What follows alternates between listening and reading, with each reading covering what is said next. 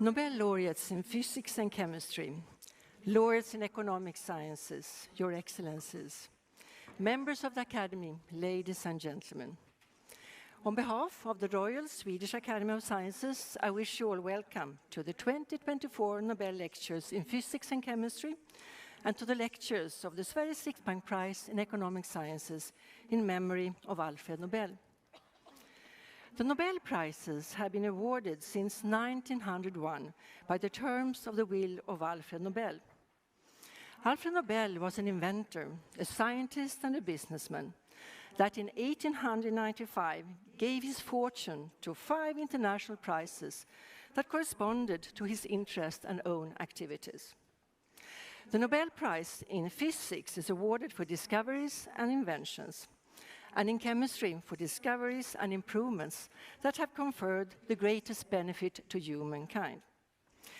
The Sveriges Riksbank Prize in Economic Sciences in memory of Alfred Nobel was instituted in 1968 at the tercentenary of the bank.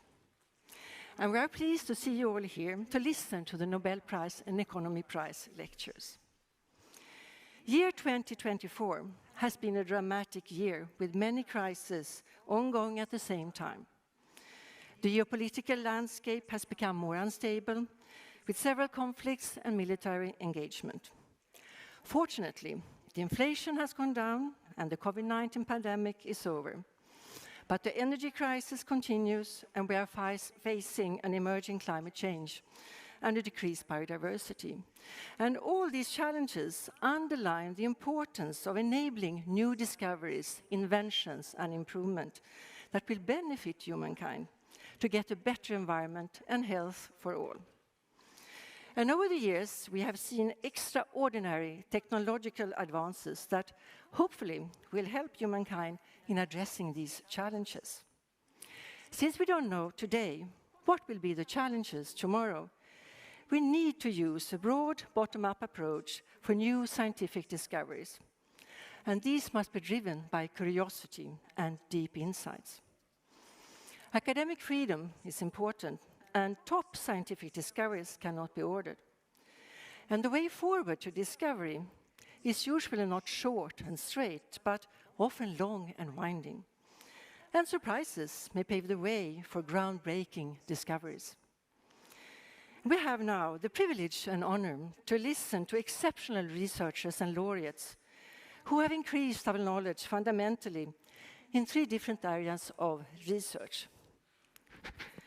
The laureates of this year's Nobel Prize in Physics have performed important work on artificial neural networks using tools from physics. And the laureates have developed methods that form the basis for machine learning. And machine learning and artificial neural networks have applications in many diverse fields, both in industry and academia. And it affects us all in many ways, from image and speech recognition to medical applications. In the Nobel Prize in Chemistry, the laureates have discovered a way to build entirely new kinds of proteins. And proteins are important building blocks in the body. Also, the laureates have developed a model based on artificial intelligence and machine learning to predict complex structures of proteins based on the primary amino acid sequence. And these discoveries hold enormous potential also for the future. The laureates in this year's prize in economic sciences have demonstrated the importance of societal institutions for differences in countries' prosperity. Inclusive institutions were often introduced in countries that were poor when they were colonized, which over time resulted in a prosperous population.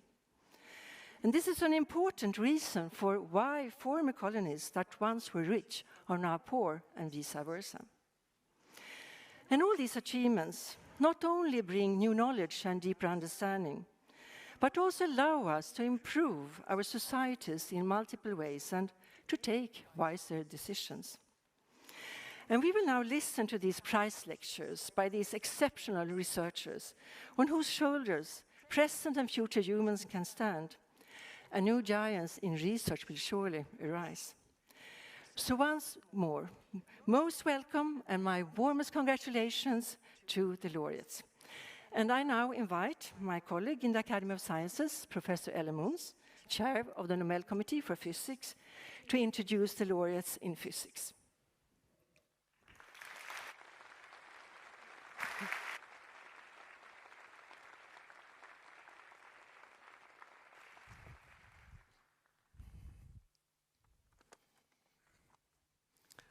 Honored Nobel laureates, Your Excellencies, distinguished colleagues, dear students, ladies and gentlemen, a warm welcome to the 2024 Nobel Lectures in Physics. This year's Nobel Prize in Physics is about artificial neural networks and their central role in the revolutionary development of machine learning. Machine learning is the ability of a computer to learn from examples instead of following instructions of programmed recipes. Artificial neural networks are the foundational building block of machine learning. By feeding a neural network with large amounts of data, be it images, speech, or music, it is trained to recognize patterns. Once it has learned to find these patterns, it can generate new data that resemble the ones in the given data set. Giving it millions of pictures of cats, it will learn what a cat looks like and how it differs from a dog, without having to follow gradually narrowing programmed subroutines describing the taxonomy of mammals and the meowing and purring sounds that they make. I do not need to convince you that today this new technology has drastically changed our daily lives. Also in research areas as diverse as particle physics, protein crystallography, material science, astrophysics, artificial neural networks have contributed to discoveries and inventions of great importance. But how did it all start? How are artificial neural networks built and how do they work? As long ago as the early 1980s, this year's Nobel laureates, John Hopfield and Geoffrey Hinton, made foundational discoveries and inventions that enable machine learning with artificial neural networks.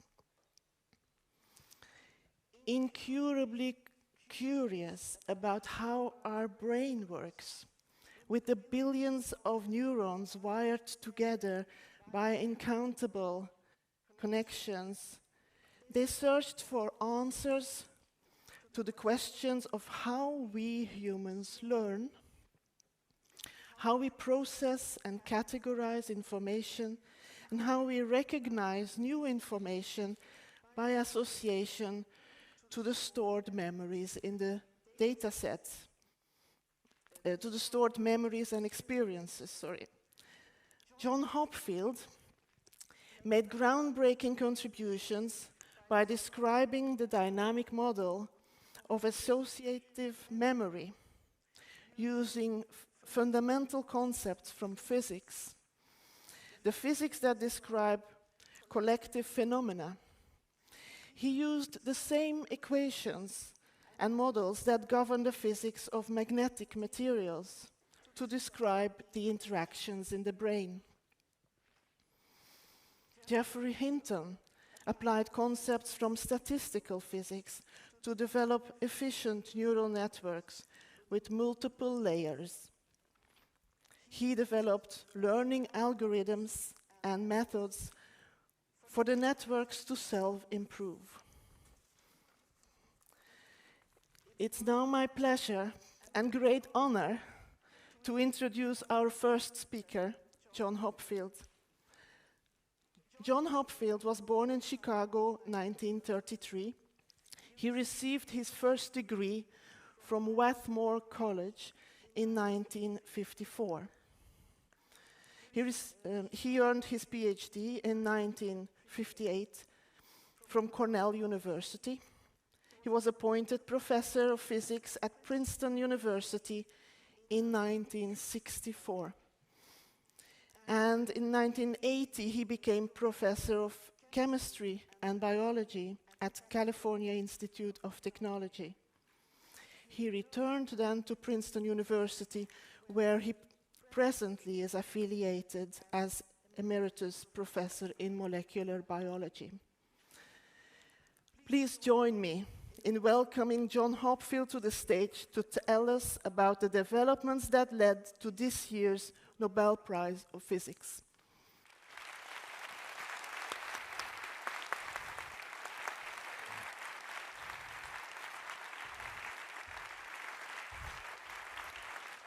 Thank you for the introduction.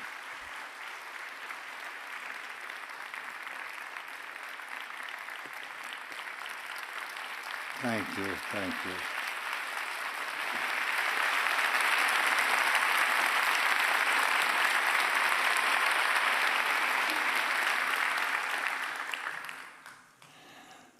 Thank you for coming. There we go.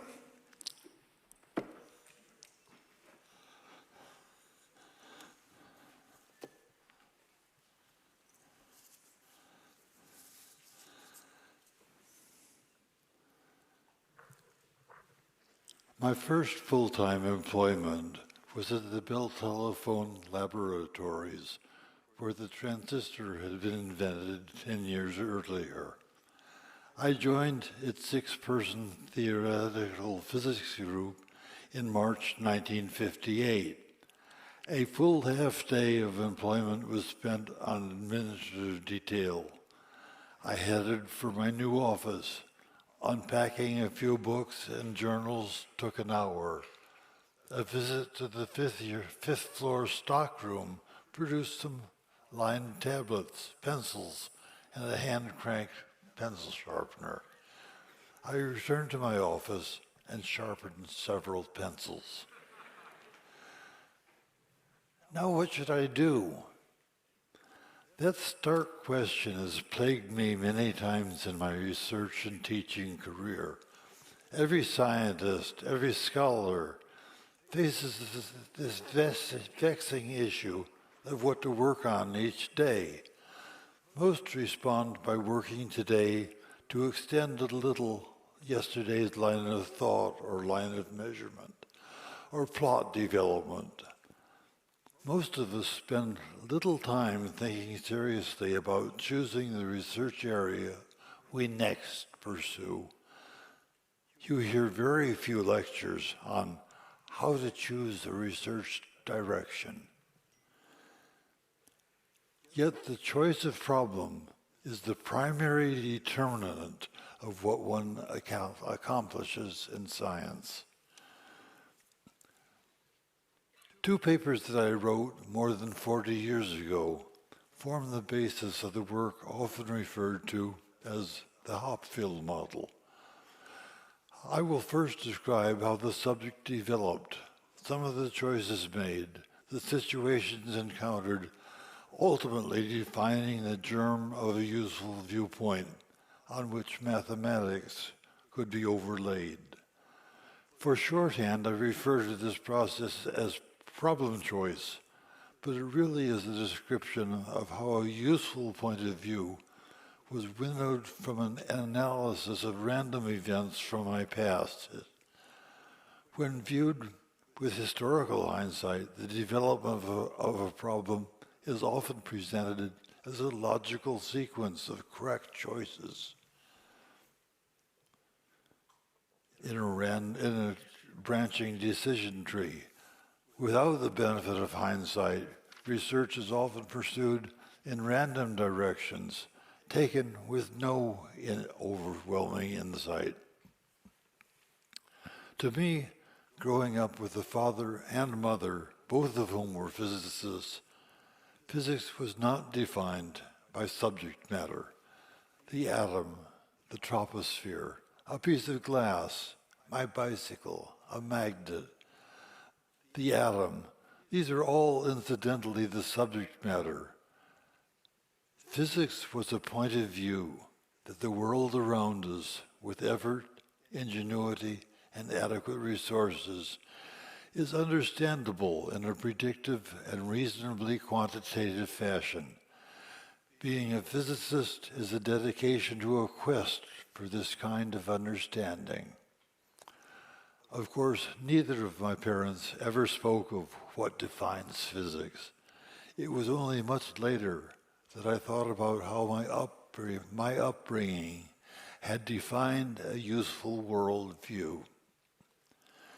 I grew up taking things apart, seeing how they worked, repairing bicycles, exploring chemistry, building flyable model airplanes, crystal sets, and simple radios, playing with batteries and learning to think with my hands and manipulate real objects.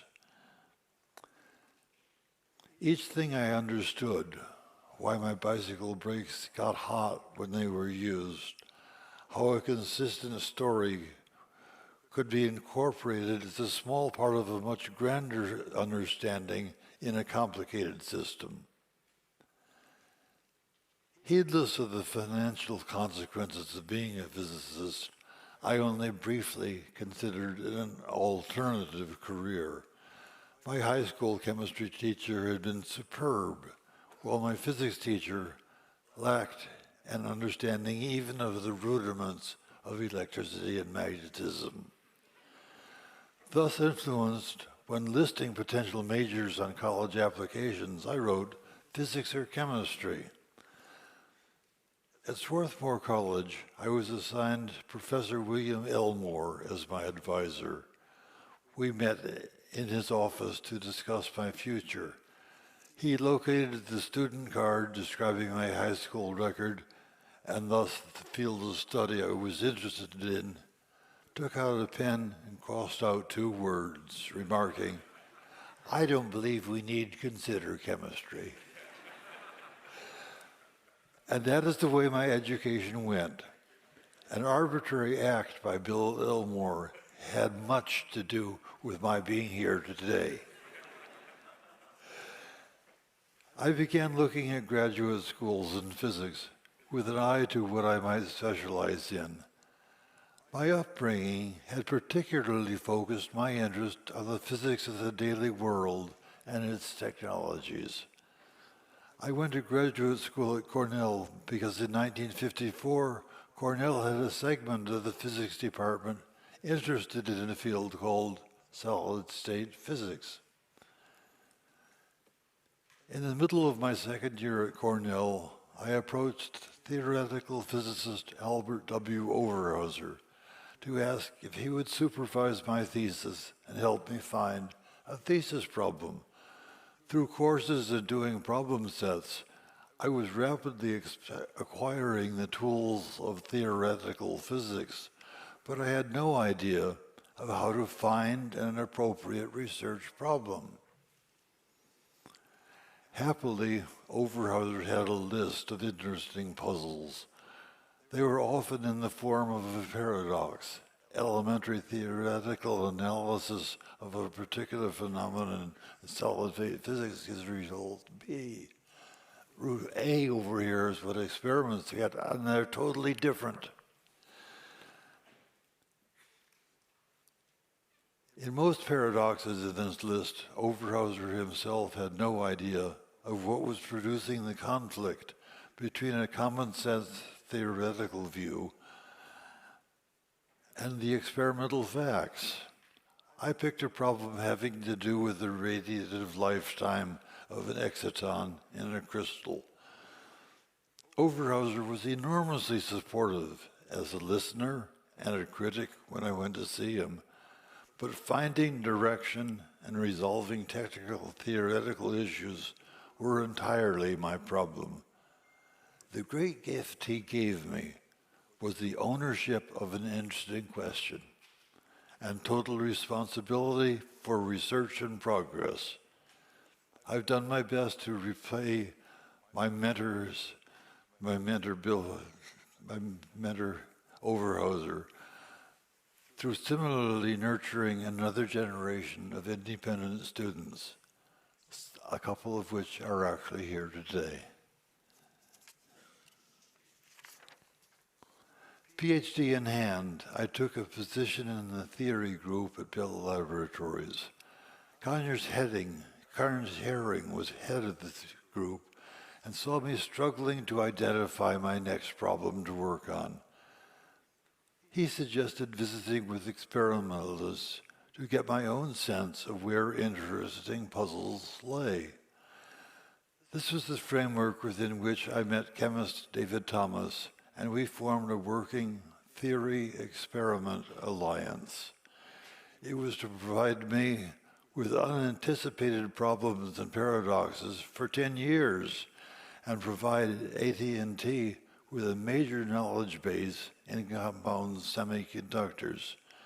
It garnered David and me a joint Oliver E. Buckley Solid-State Physics Prize from the American Physical Society in 1969.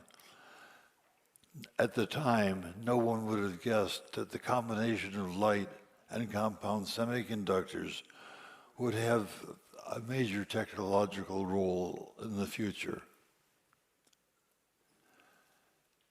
By 1968, I had run out of problems in condensed matter physics to which my particular talents seemed useful.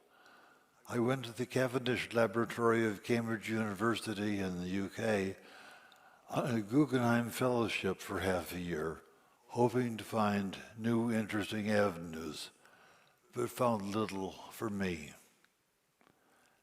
Returning from Cambridge to Princeton University and my consultancy in the semiconductor group at Bell Labs, I ran into Robert J. Schulman, a chemist who was doing the first high-resolution nuclear magnetic experiments on hemoglobin.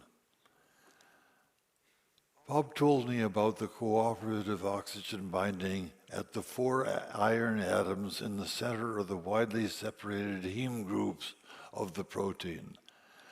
An incredible panoply of physics techniques was being used to study the molecule: NMR, EPR, optical spectroscopy, neutron scattering, Mossbauer spectroscopy. All the clever experimental techniques of solid-state physics seemed relevant to understanding hemoglobin. Hemoglobin provided me a simple entree from condensed matter physics to biological matter physics. In both fields, the goal was to understand how structure and low-lying excitations were related to measurable and relevant properties. It seemed that my background in condensed matter physics might find good use in biology. When Linus Pauling, a double Nobelist in chemistry and in peace, was asked about choosing problems to work on, he remarked, "I ask myself whether the problem I am considering is one to which I am likely to make a contribution." I would clearly need to emulate Pauling. I had become interested in the unexpectedly small number of mistakes made in choosing the correct amino acid when the next amino acid is inserted in a protein during protein synthesis within a cell. How might I make my physics background more likely to see a solution to this problem?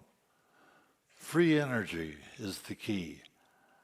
High-energy molecules like glucose or ATP are expensive for a cell to make, and a biochemical process using unexpectedly large numbers of high-energy molecules in a simple process must be paying dearly for that cost for a purpose.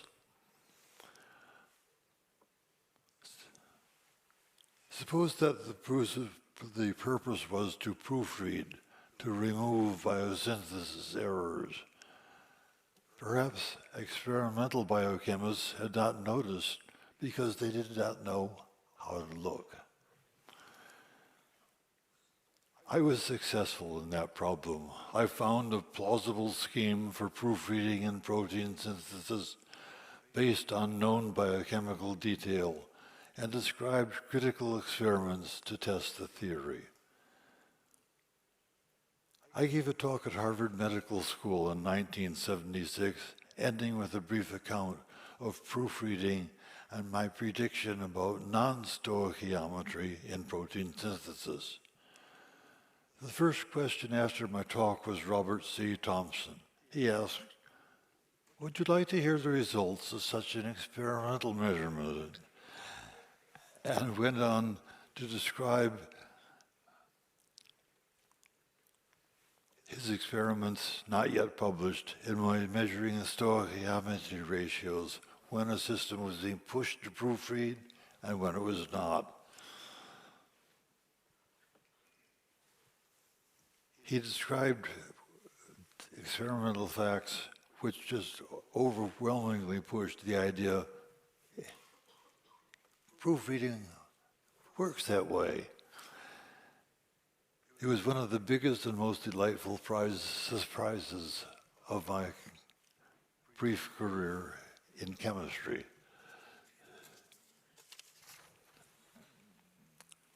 Now, let's see if I can get this right. Yes. This 1974 paper was important in my approach to biological problems, for it led me to think about the function of the structure of a reaction network, rather than just what is the function of the biological molecule.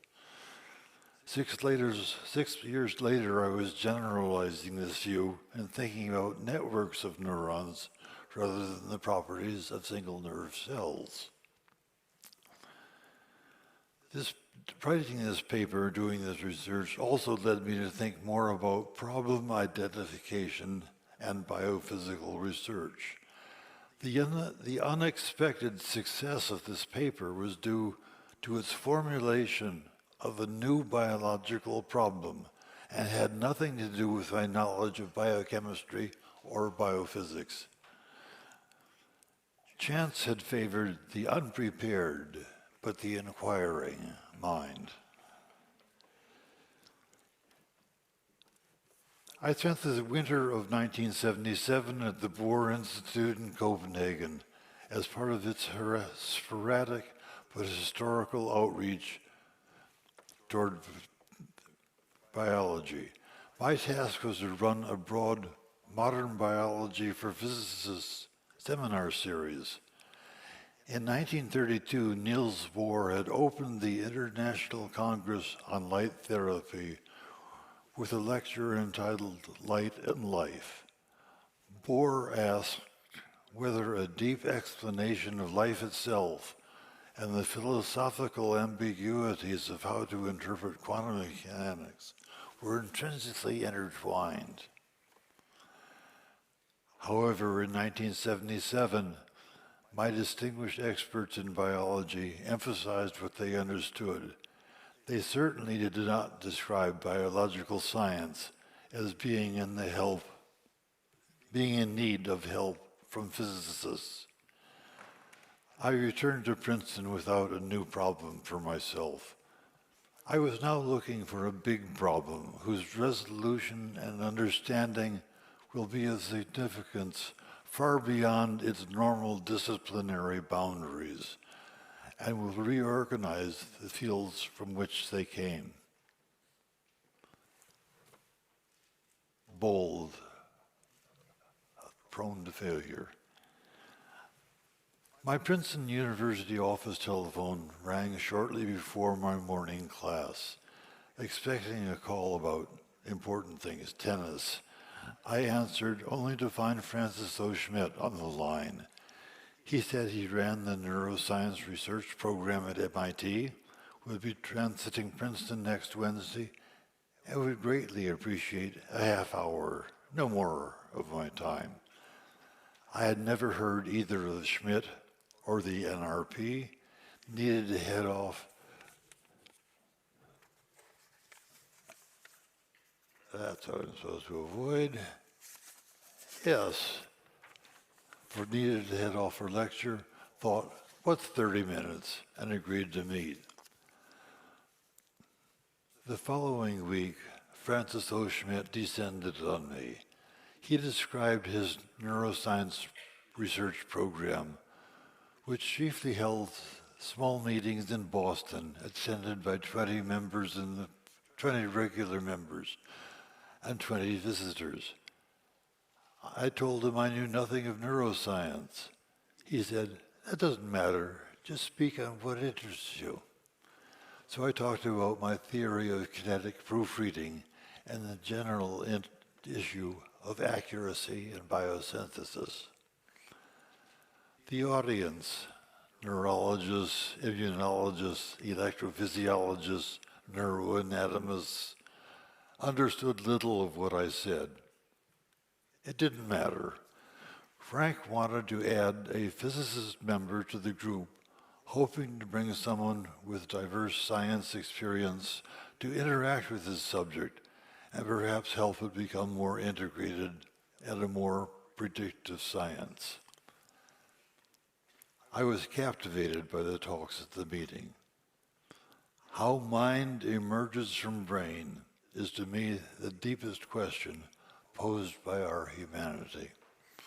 It was being pursued in narrow slices as little problems by the NRP Club of Scientists with diverse talents and great enthusiasm. But it appeared to me that this group of scientists would never possibly be able to address the big problem because the solution can be expressed only as an appropriate mathematical language and structure. None then involved with the NRP moved easily in this sphere. So I joined the group hoping to define, construct, or discover something I could usefully do in this field.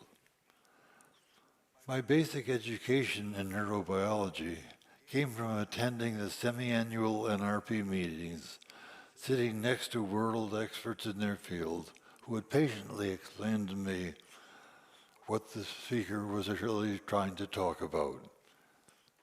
I tasked myself with finding an integrated physics view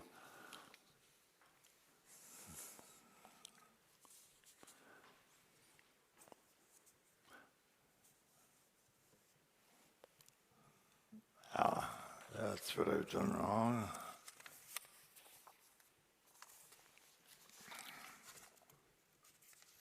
Yeah. Of trying somehow to rise above the disjoint details of lectures, neuroanatomy, electrophysiology, learning in the rat and Alzheimer's disease, and find some kind of integrated structure to theory. In 1979, Caltech appointed me to a professorship jointly between chemistry and biology, and I left Princeton. The quantum computing facility at Caltech was a splendid environment for trying out models. It supported multi-user real-time computing, video displays, direct keyboard input, all things you say are trivial, but in 1979 they were a marvelous thing to discover. My insight was that basic machine or brain operation computed by following a machine trajectory in state space from the beginning where you put the program and data started, and then every tick of the clock, the state of the system moved. Ultimately, the state stopped changing. When the state stopped changing, the computation must be done. You'd read out some of the registers, and the computation had actually been done by following in a dynamical trajectory from start to end. That trajectory needs stability against perturbations to reach a correct answer in spite of noise and system imperfections. This picture of batch mode digital computation is just a schematic to try to, yeah, first you just try to get the impression of here's what Hopfield views as computation.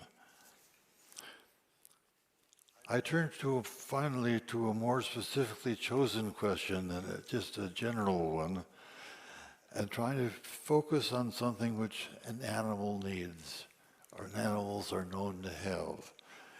And this turned into something which became fundamentally related to behaviors a psychologist might call associative memory, or an engineer might call content addressable memory, or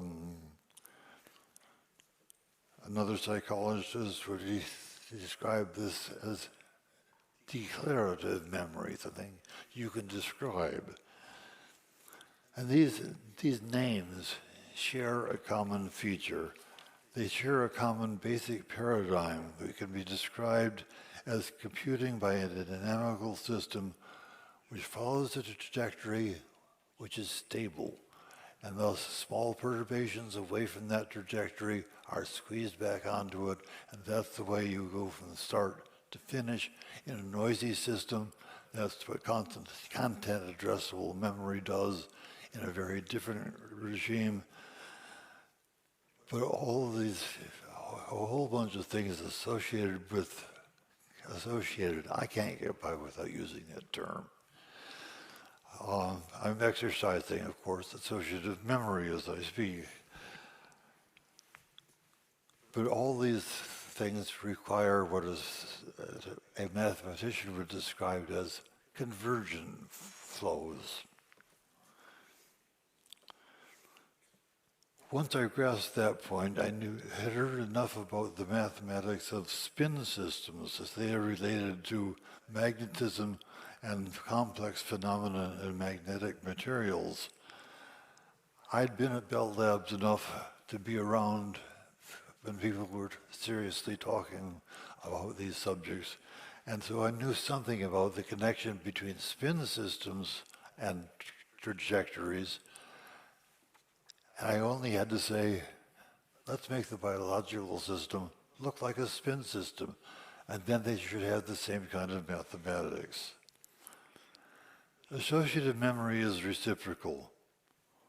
Seeing someone reminds you of remember their name, and hearing their name reminds you of what they look like. That fact can be expressed in a network structure by making connections that are reciprocal.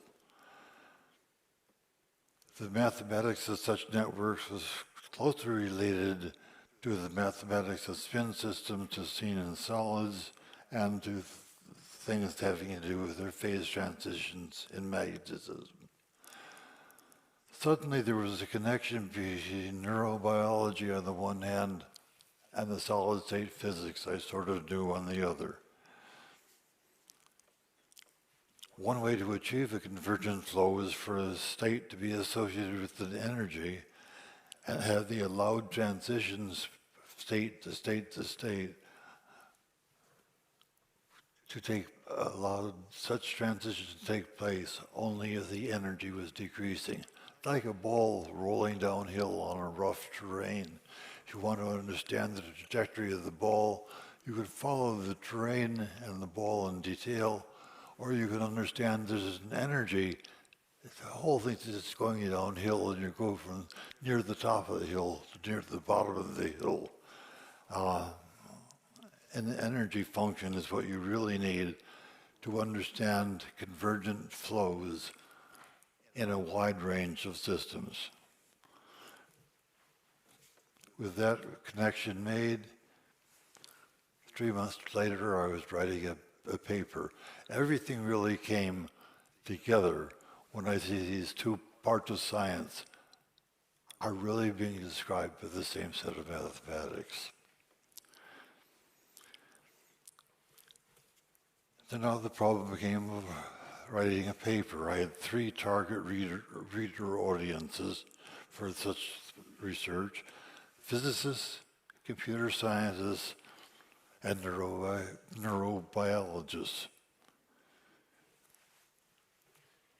Disparate set of people, but being a member of the National Academy of Science, I could publish a paper in PNAS, Proceedings at the National Academy, without review. But for PNAS, there was an absolute 5-paper limit on article length, including references, and there were these 3 different audiences to address and much to say. I had to write science in the style that Hemingway wrote nonfiction. In hindsight, the omission of the almost obvious increased the impact of the paper. The unstated became an invitation for others to add to the subject, and thus encouraged an expanding community of contributors to work on such network models. This 1982 paper is the first publication in which I used the word neuron. It was to provide an entryway to working in neuroscience for many physicists and computer scientists.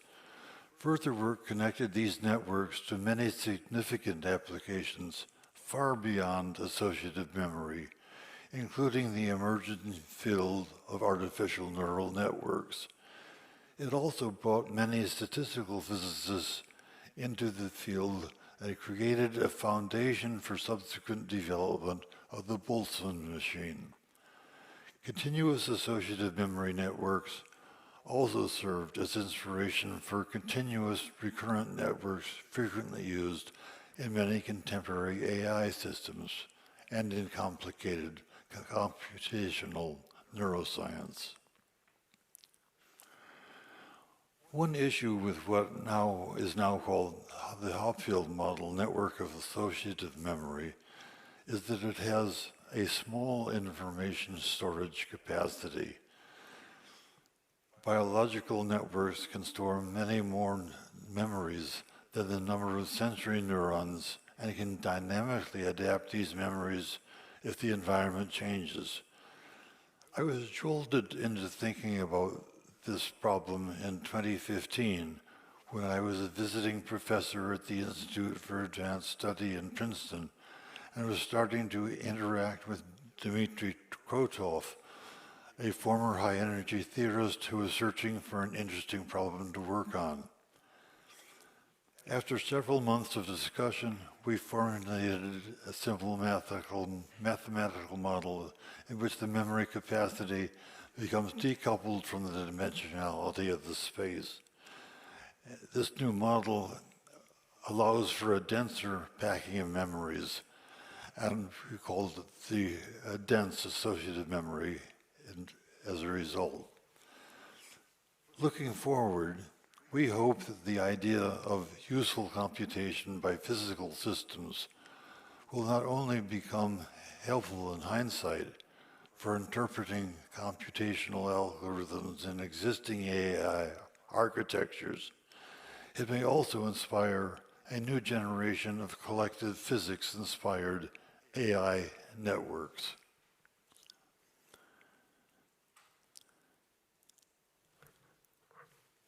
What I have done in science rests on the experimental and theoretical studies of experts.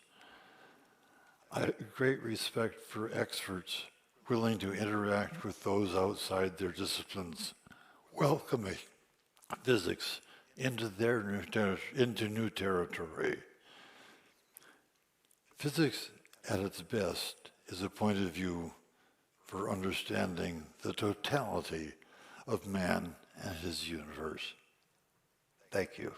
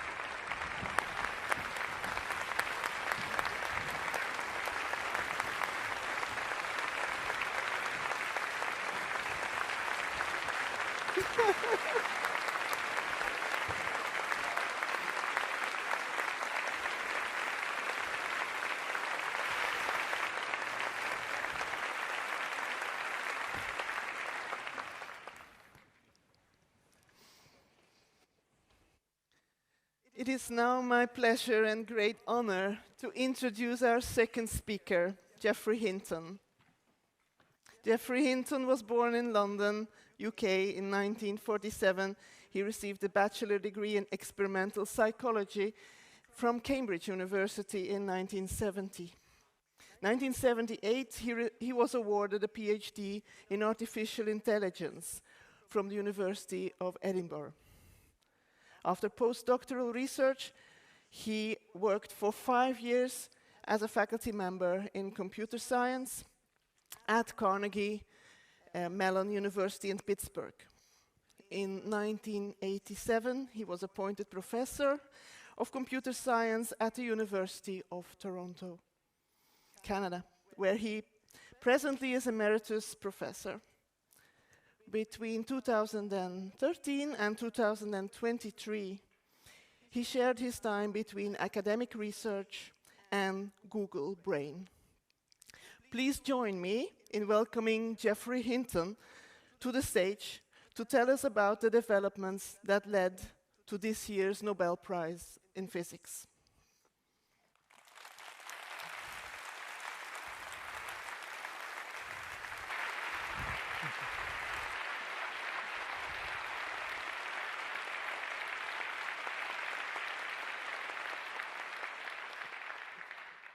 So today I'm going to do something very foolish. I'm going to try and describe a complicated technical idea for a general audience without using any equations. So first I have to explain Hopfield nets, and I'm going to explain the version with binary neurons that have states of 1 or 0.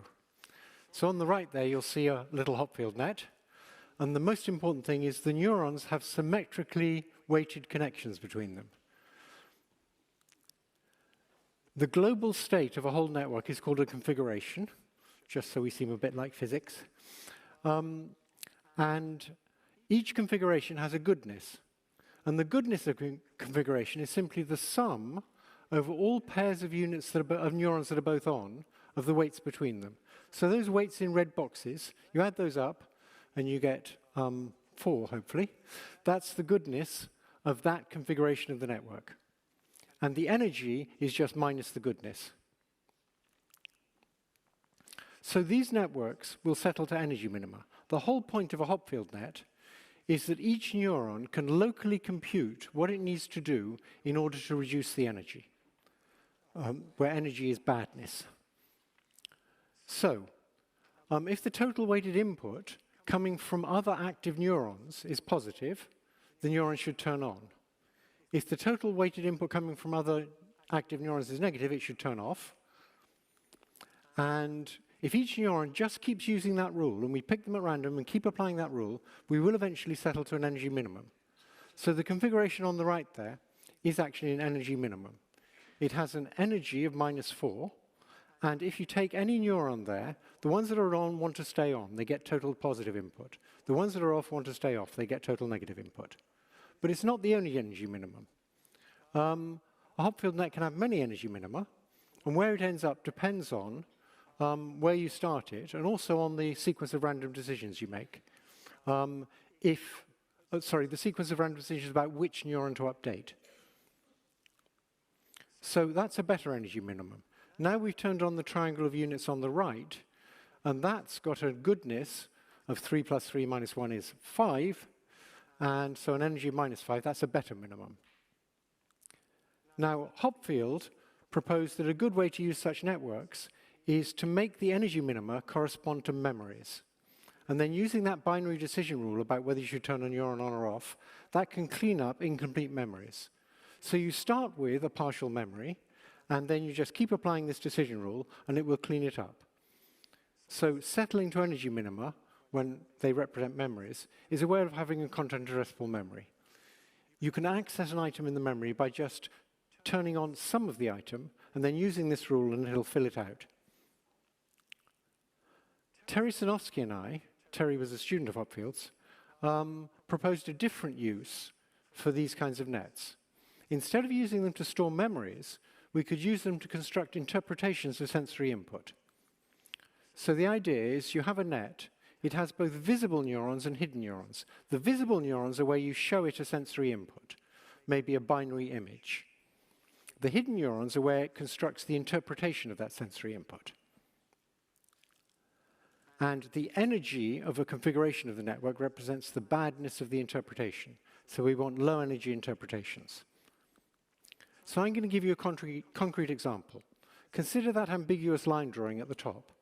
People have two ways of seeing that. There's interpretation one, which is normally what you see first. There's another interpretation, and when you see it as a convex object, that's clearly a different 3D interpretation of the same 2D line drawing. So could we make one of these networks come up with two different interpretations of the same line drawing? Well, we need to start by thinking what a line in an image tells you about 3D edges. So that green line is the image plane. Imagine you're looking through a window and you're drawing the edges in the scene out there in the world on the window. So that little black line is a line in the image. And the two red lines are the lines of sight that come from your eye through the ends of that line. And if you ask, well, what edge in the world could have caused that? Well, there's many edges that could have caused it. There's one edge that could have caused that 2D line. But there's another one. And there's another one, and there's another one. All of these edges will cause the same line in the image. So the problem of vision is to go backwards from the single line in the image to figure out which of these edges is really out there. You can only see one of them at a time if objects are opaque, because they all get in each other's way. So you know that that line in the image has to depict one of these edges, but you don't know which one. We could build a network where we started off by turning the lines into activations of line neurons. So let's suppose we already have that. We have a large number of neurons to represent lines in the image, and we turn on just a few of them to represent the lines in this particular image. Now, each of those lines could depict a number of different 3D edges. So what we do is we connect that line neuron to a whole bunch of 3D edge neurons with excitatory connections, those are the green ones, but we know we can only see one of those at a time, so we make those edge neurons inhibit each other. So now we've captured a lot about the sort of optics of perception. We do that for all of our line neurons. And now the question is, which of those edge neurons should we turn on? For that we need more information, and there's certain principles we use in interpreting images. If you see two lines in an image, you assume that if they join in the image, they join in depth where they join. That is, they're at the same depth where the two lines join in the image. So we can put in extra connections for that. We could put in a connection between every pair of 3D edge neurons that join in depth at the point where they have the same end. We could put in a stronger connection if they join at right angles. We really like to see images in which things join at right angles. So we put in a whole bunch of connections like that. And now what we hope is, if we set the connection strengths right, that we've got a network which has two alternative states it can settle to, corresponding to those two alternative interpretations of the Necker cube. This gives rise to two main problems. The first problem, if we're going to use hidden neurons to come up with interpretations of images represented in the states of the visible neurons, is the search issue. How do we avoid getting trapped in local optima? We might settle to a rather poor interpretation and not be able to jump out of it to a better interpretation. And the second problem is learning. I sort of implied I'd put in all those connections by hand, but we'd like a neural network to put in all those connections.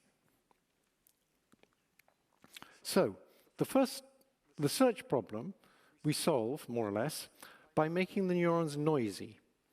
So, if you have deterministic neurons, like in a standard Hopfield net, if the system settles into one energy minimum, like A, so the ball there is the state of the whole, is the configuration of the whole system, it can't get from A to B because the decision rule for the neurons only allows things to go downhill in energy.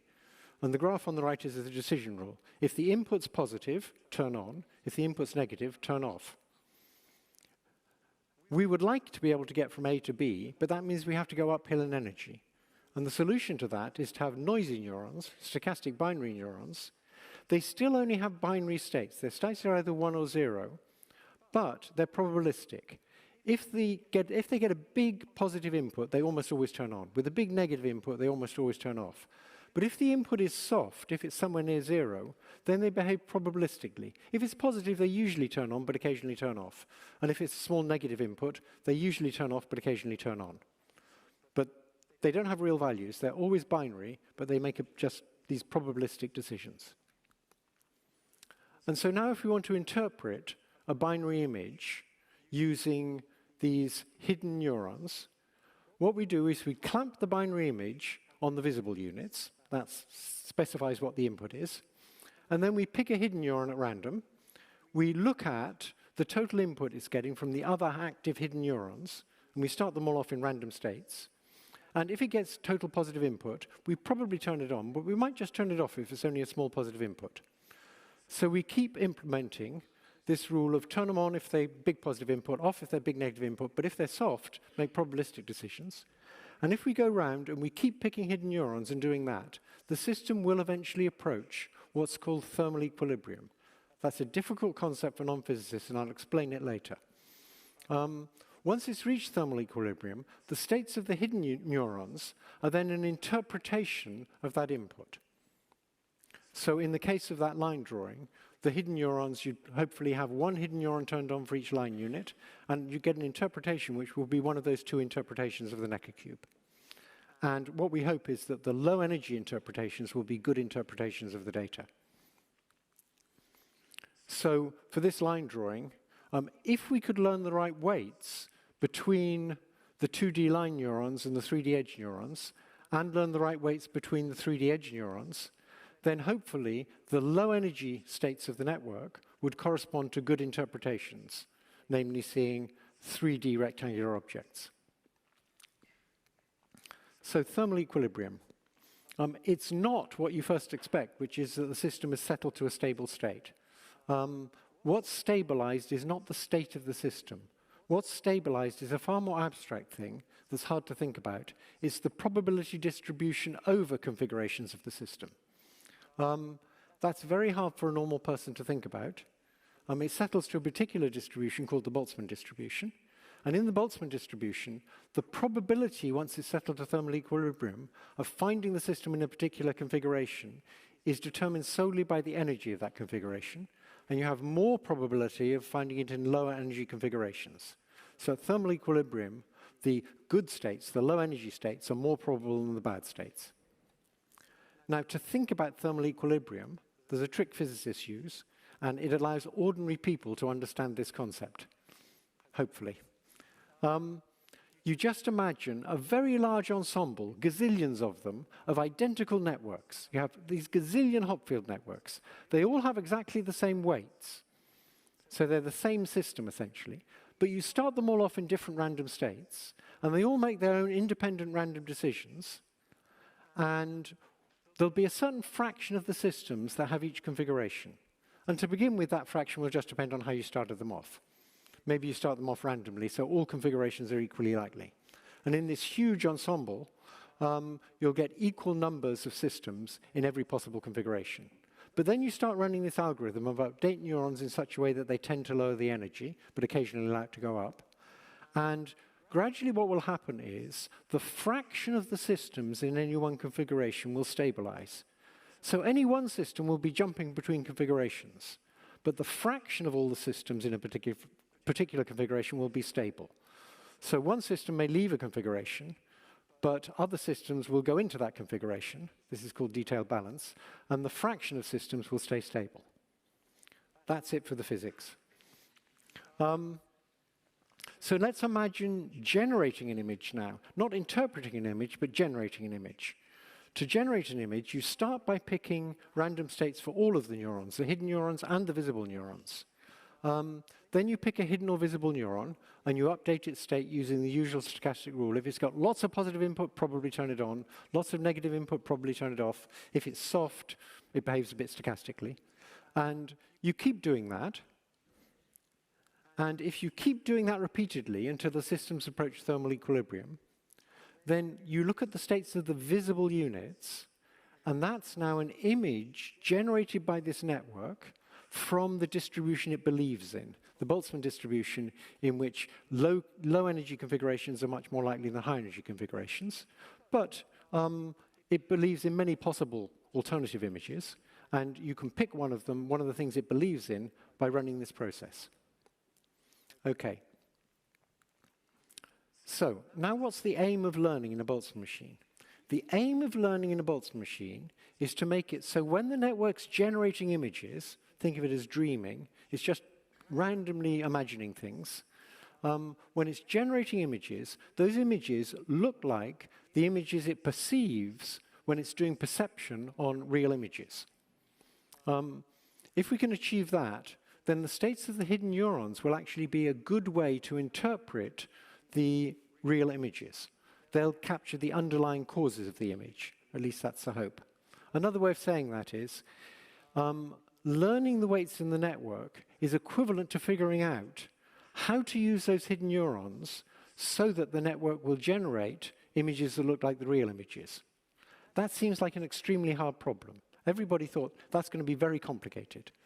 It turns out Terry and I had an outrageously optimistic approach.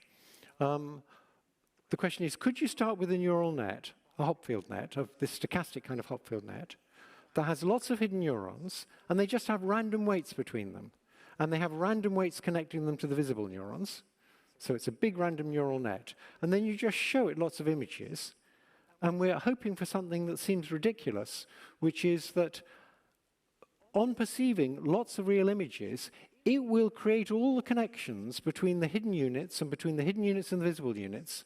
It'll weight those connections correctly so that it comes up with sensible interpretations of images in terms of causes like 3D edges that join at right angles. That sounds very optimistic. And you might have thought that the learning algorithm to do that would be very complicated. The amazing thing about Boltzmann machines is there's a very simple learning algorithm that will do that. This was discovered by Terry Sinofsky and me in 1983. And the learning algorithm goes like this. It has two phases. There's a wake phase.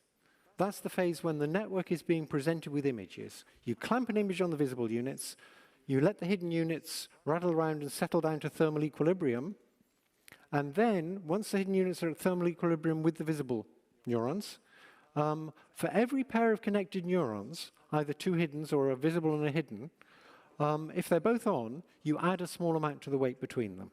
That's a pretty simple learning rule. That's a learning rule that people who believe in Donald Hebb would like.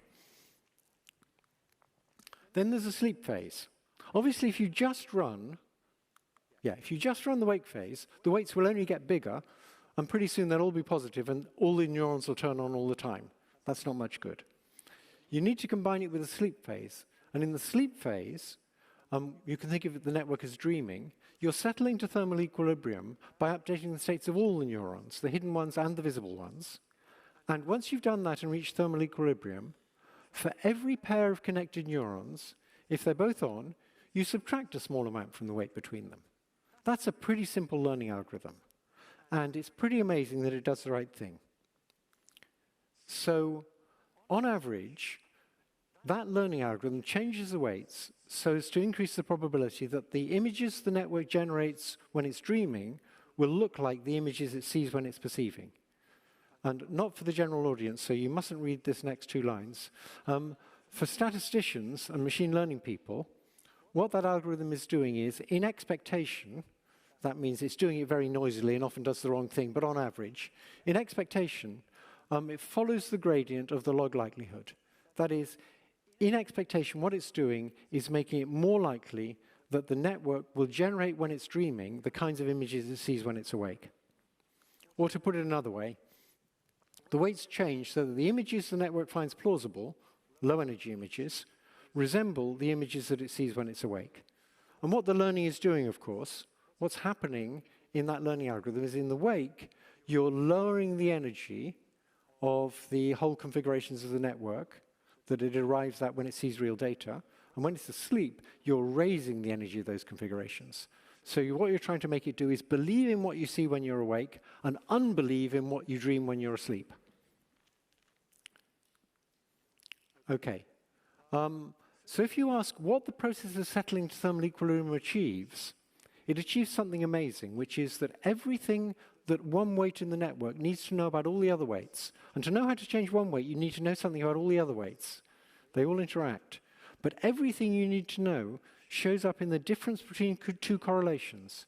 It shows up in the difference between how often the two neurons are on together when the network's observing data, and how often they're on together when the network isn't observing data, when it's dreaming. And somehow, those correlations measured in those two situations tell a weight everything it needs to know about all the other weights. The reason that's surprising is because in an algorithm like backpropagation, which is what all the neural nets now actually use, you require a backward pass to convey information about the other weights. And that backward pass behaves very differently from the forward pass. In the forward pass, you're communicating activities of neurons to later layers of neurons. In the backward pass, you're conveying sensitivities. You're conveying a different kind of quantity altogether. And that makes backpropagation rather implausible as a theory of how the brain works. And so when Terry came up with this theory, this learning procedure for Boltzmann machines, we were completely convinced that must be how the brain works. And we decided we were going to get the Nobel Prize in physiology or medicine. It never occurred to us that if it wasn't how the brain works, we could get the Nobel Prize in physics. Okay, there's only one problem. And the problem is that settling to thermal equilibrium is a very slow process for very big networks with large weights. If the weights are very small, you can do it quickly. But when the weights are big, after it's learned some stuff, it's very slow. So actually, Boltzmann machines are a wonderful romantic idea. They're this beautifully simple learning algorithm, which is doing something very complicated. It's constructing these whole networks of hidden units that interpret the data by using a very simple algorithm. And the only thing is that they're just much too slow. So that was that for Boltzmann machines. And the lecture should really have ended there. But 17 years later, I realized that if you restrict Boltzmann machines a lot and just have hidden units that aren't connected to each other, then you can get a much faster learning algorithm. So if there's no connection between the hidden neurons, then the wake phase becomes very simple. What you do is you clamp an input on the visible units to represent an image, and then in parallel now, you can update all the hidden neurons, and you've now reached thermal equilibrium. You just update them all once. They just look at the visible input and randomly pick one of their two states based on how much input they're getting.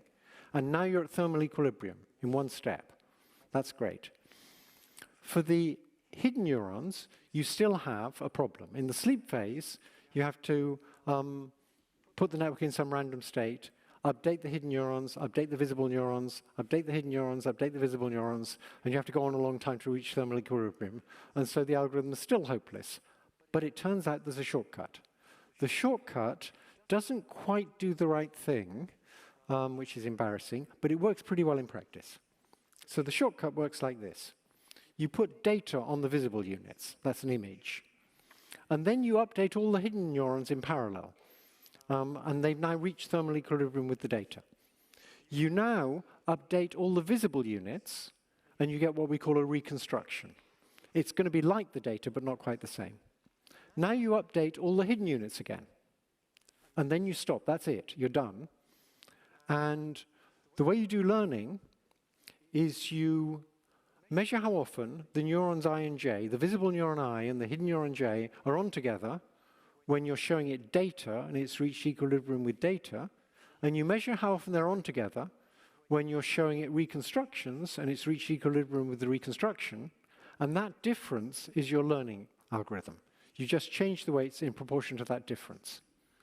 And that actually works pretty well, and it's much, much faster. It's fast enough to make Boltzmann machines finally practical. So, Netflix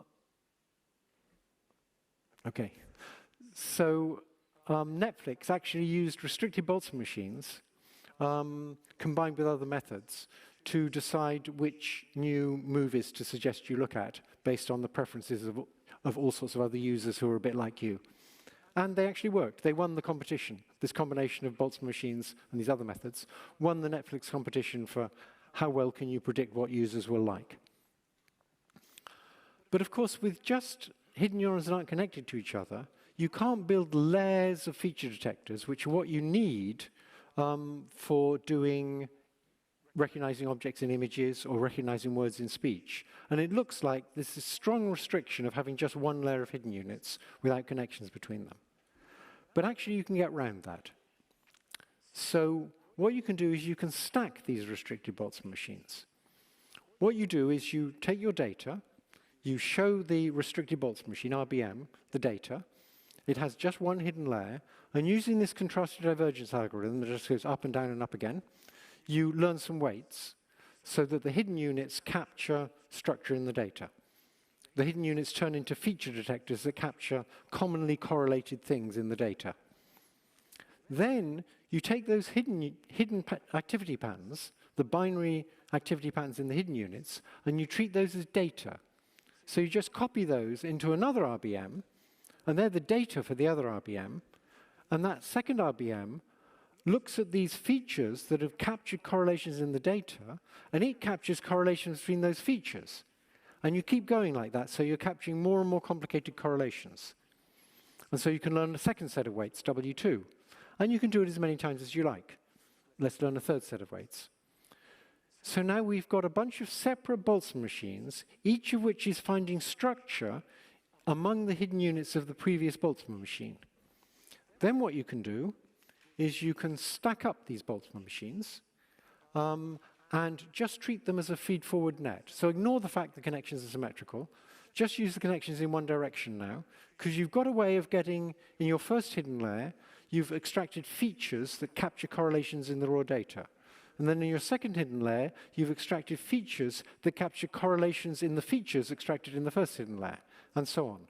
So you're getting more and more abstract features, correlations among correlations. Once you've stacked them up like that, then you can just add a final hidden layer, like this, and you can do supervised learning. That is, now you can start telling it about the names of things, like cat and dog. Those are the class labels, and you're going to have to learn the weights to those class labels.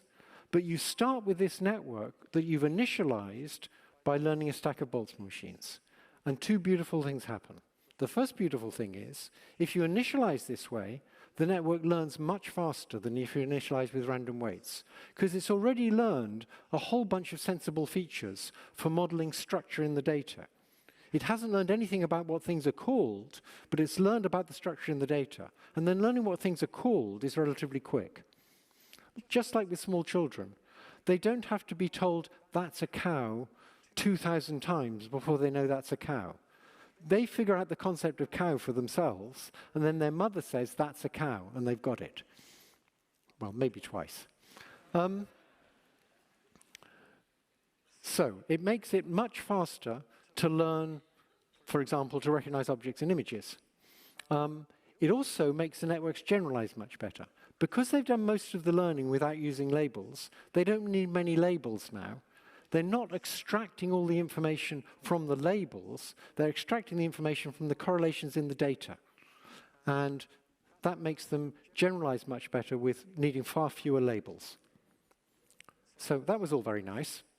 And between about 2006 and 2011, people were using, particularly in my lab and Yoshua Benjo's lab and Jan's lab, people were using stacks of RBMs to pre-train feed-forward neural networks, and then they would apply backpropagation. And in 2009, two students in my lab, George Dahl and Abdul Rahman Mohammed, showed that this technique worked a little bit better than the best existing techniques for recognizing fragments of phonemes in speech. And that then changed the speech recognition community. My graduate students went off to the various leading speech groups, and in 2012, things based on exactly this, stacked up restricted Boltzmann machines, went into production at Google, and they got better speech recognition. Suddenly, the speech recognition on the Android got a lot better. Unfortunately for Boltzmann machines, once we'd shown that these deep neural networks really worked very well if you pre-trained them with stacks of restricted Boltzmann machines, people found other ways of initializing the weights, and they no longer use stacks of Boltzmann machines. But if you're a chemist, you know that enzymes are useful things. And even though RBMs are no longer used, they allowed us to make the transition from thinking that deep neural networks would never work to seeing that deep neural networks actually could be made to work rather easily if you initialize them this way. Once you've made the transition, you don't need the enzyme anymore. So think of them as historical enzymes. The idea of using unlearning during sleep, though, to get an algorithm that's more biologically plausible and avoids the backward path of backpropagation, I still think there's a lot of mileage in that idea. And I'm still optimistic that when we do eventually understand how the brain learns, it will turn out to involve using sleep to do unlearning. So I'm still optimistic. And I think I'm done.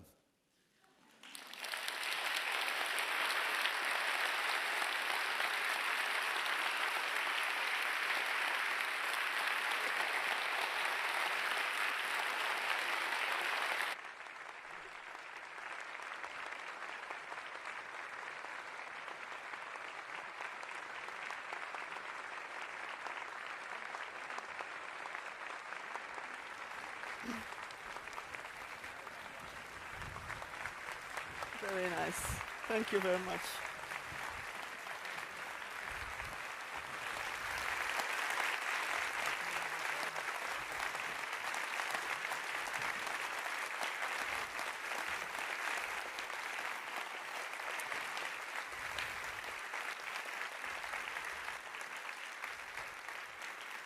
So please join me now in welcoming both laureates on the stage to jointly receive our warmest applause.